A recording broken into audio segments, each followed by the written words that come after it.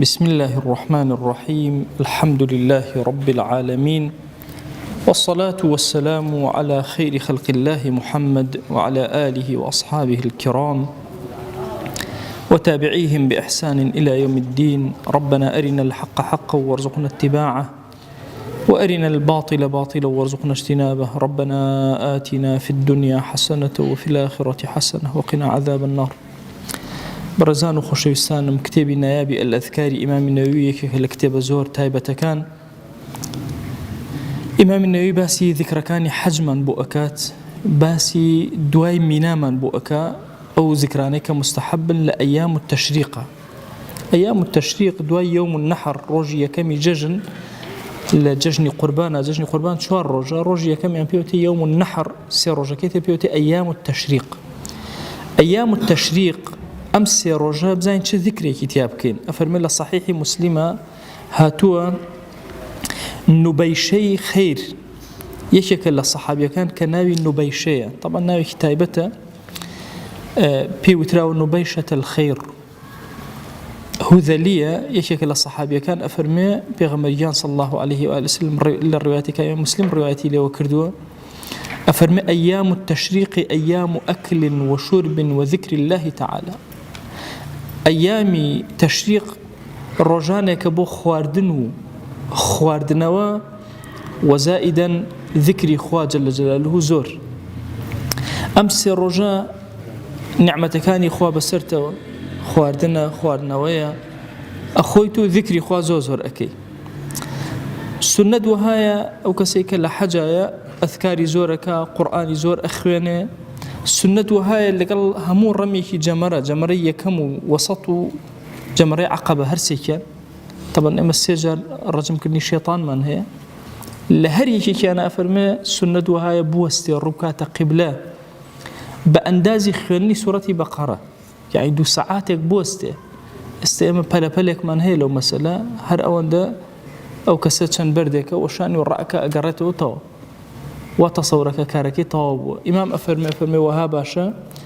بأندازي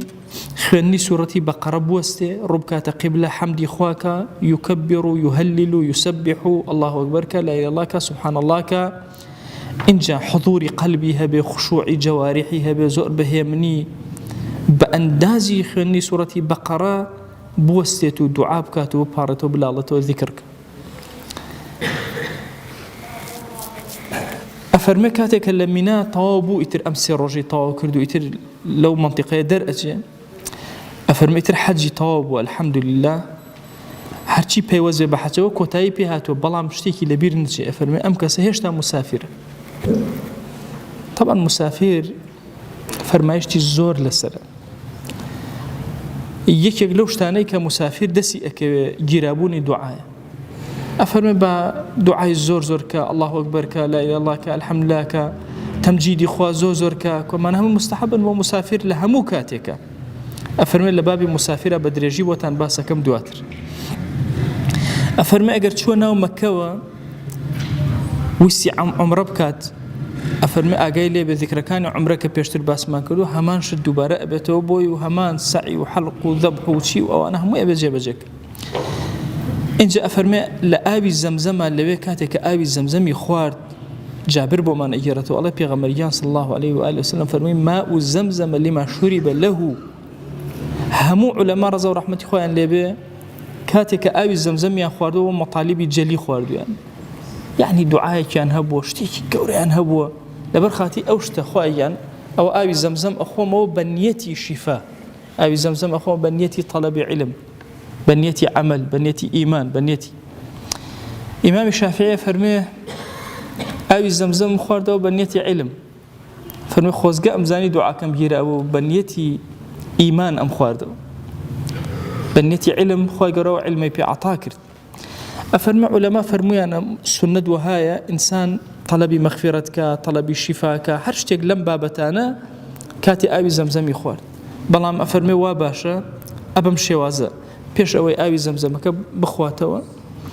اللهم إنه بلغني أن رسول الله صلى الله عليه وسلم قال خوا بيام جيشتوك بيغمريان صلى الله عليه وسلم فرميتي ماء زمزم لما شرب له. آوي زمزم بۆ هەر شتێک کە ئینسان بیخواتەوە بۆ ئەو شتە گیرە ئەبێ ئەو شتە بۆی. وإني أشربه لتغفر لي، خواجا من أم أبي زمزم أخو لبروي ليم خوش بي،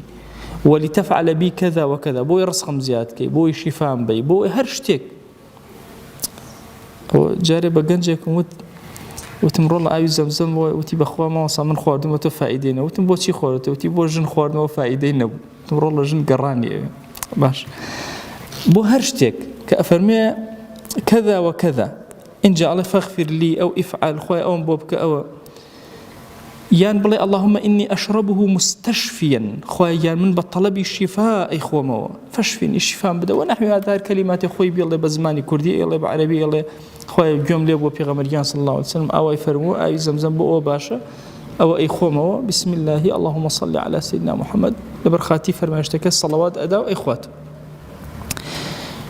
إما وداع من هي خو حافظي من هي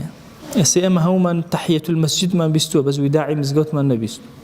ين تحية المسجد أكين نيجا كان ما تجيب جي أكين بيج نيجا كان سرتها كين أنا مزقوت دور كان نيجا كعبش كاتك أيبيني إمام فرمي تحية المسجد نية أي شيء هي طوافي هي كعبة كأبيني طوافي قدومي في أوتري كاتكش كأوي بجي إيهالي وأقريتوا طوافي كتير ناوي طوافي وداع خو حافظية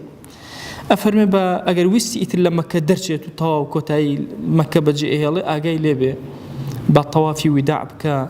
لملتزمة كبيشتر باس ما كردو شوينة كبيغمر صلى الله عليه وآله وسلم زور دعايتها كردو أفرمي بزور دعايتها كبيغمريان صلى الله عليه وسلم سنجي خوي بيو أنا سنجي خوي بيو بني زور دعاء بكابله اللهم البيت بيتك خويا أم بيتك تويا مالك تويا منج عبدك توم كري عبدك توم كري أمتك وجاريك توم خويا حملتني على ما سخرت لي من خلقك خويا من واليك تسخيري كارد بو كردم حتى سيرتني في بلادك حتى من هنا أم ولاتو أم شوينا خويا بنعمتي خود منت هنا إيرا مناسك كاني حجم طواو كرد أقل لي مرازي بوي خويا زيات اللي مرازي به أقل ليش مرازي نبوي خويا هشتا مالكيتهم بجينا هشتو لي مرازي به خويا لو كاتيك إيرا بجي أرم لي مرازي به خويا أجر إذنم أدي من ناقورم وبهذا وبمشي وازا جوانا وأجرم خويا بمجروا خويا أجر بوشي وازم كبجلتو ناكم بجل بيتكد ناكم بمجروا خويا عافية بدري لا شما عصمة بري لدين ما دين بارز راوك جولو حركة كان مهرمي برو باشا برا خويا حتى كوتا عمر طاعة بعطاك رزقي طاعة بدري حرشي خير دنيا وآخرة بيوم بدا إنك على كل شيء قدير تقول سرها مشتاق تقديرتها وبهيزي إن جاء أم دعاء نهرهم وكو دعاء كان تربى حمد وصلاة وسلام لدي داري في غمر صلى الله عليه وآله وسلم دس بيبكاو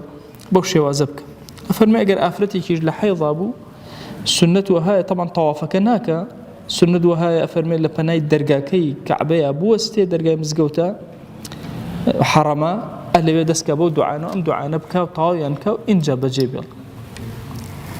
أو ذكر كاني حج حتى طوابوني حج ودرشون من لما كاو بوي باس كردين دعاء أو إتر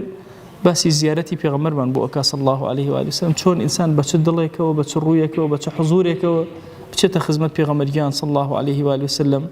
كالليرة هموجا لتحياتك كان يا لصلواتك كان يا سلامي بوناردو السلام عليك أيها النبي أي ليت شيء الله يتشون أكا شون ما ملاك لقلب في غمر صلى الله عليه وآله وسلم لقلب بلدي أو شاري أو لدرس كان ترى إن شاء الله لخدمة يا أبين دوما لذاتي باشي پروردگار أم دعاني لم كتب أيان خيانين وخويا هرهم من بو جيراك رحمته بزي خود بسلمانا ببارنا قبول من بدر إلى الدنيا قبول من بدر إلى آخرات يا إلهي داوالي أكين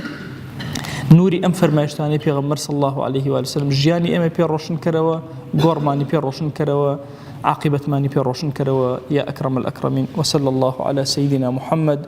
وعلى آله وصحبه وسلم تسليما كثيرا أبدا إلى يوم الدين خواهي قول لقناهي مني شو جبوري وخالي من قبولك